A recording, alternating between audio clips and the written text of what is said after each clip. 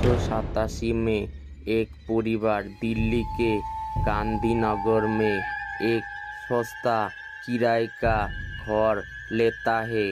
पहले कुछ दिन सब नॉर्मल था, लेकिन रात होते ही अजब घटना शुरू हो गया।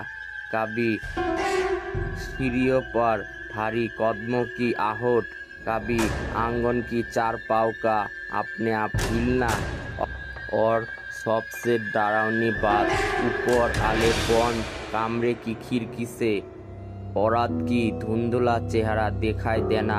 आखिरकार परिवार ने बिना एक दिन कबाए वो घर तुरंत छोड़ दिया, और आज भी लोग कहते हैं कि उस कमरे में आज भी उस औरत की आत्मा भटक रही है। अगर आपको ये कहानी पसंद आई हो तो वीडियो को लाइक करें, शेयर करें और चैनल को सब्सक्राइब करना ना भूलें।